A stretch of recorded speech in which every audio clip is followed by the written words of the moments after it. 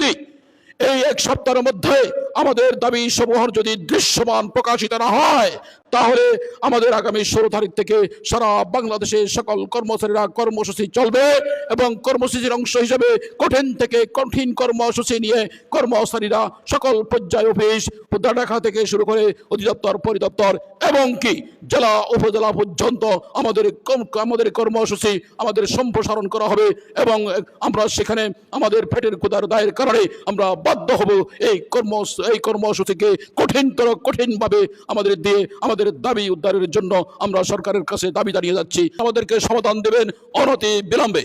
এই সপ্তাহের মধ্যে আমরা এর সমাধান চাই, অন্যথায় আমরা 16 তারিখের পর পরবর্তী সংবাদ সম্মেলনের মাধ্যমে আমরা আমাদের কর্মসূচি ঘোষণা করতে বাধ্য হব।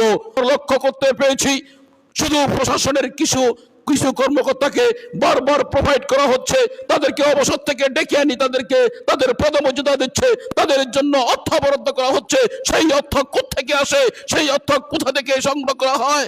আমরা যারা ক্ষুধার্ত কর্মচারী আমাদের কথা না ভেবে তাদেরকে বারবার আনি, তাদেরকে দেখা যাচ্ছে এর আগে 300 কতজন, আজকে দেওয়া হয়েছে প্রায় আমাদের এই শত কর্মকর্তাকে বাড়ি থেকে ডেকে আনি শুধু সংস্কার কমিটি এই প্রশাসন ক্যাডারের এই সমস্ত লোকদেরকে প্রোভাইড করার জন্য করা হয়েছে।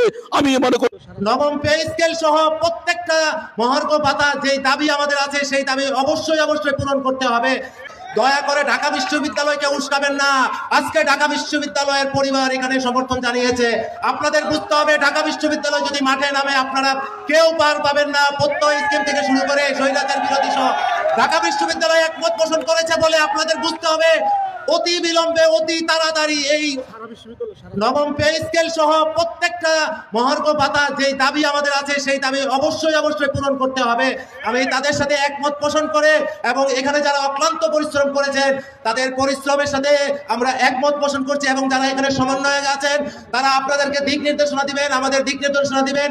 আমরা আশা করব আজকের এই সমাবেশের পরে ইনশাল্লাহ আমাদের যদি কোনো রকমের কাল বিলম্ব হয় ঢাকা বিশ্ববিদ্যালয় পরিবার, ঢাকা বিশ্ববিদ্যালয় কর্মচারী সমিতি সহ সমস্ত স্বায়ত্তশাসিত বিশ্ববিদ্যালয় সরকারি কর্মচারী ঐক্য পরিষদের সাথে একমত ঘোষণা করে যেখানে যা করা দরকার ইনশাল্লাহ আমরা ঢাকা বিশ্ববিদ্যালয় পরিবার করব।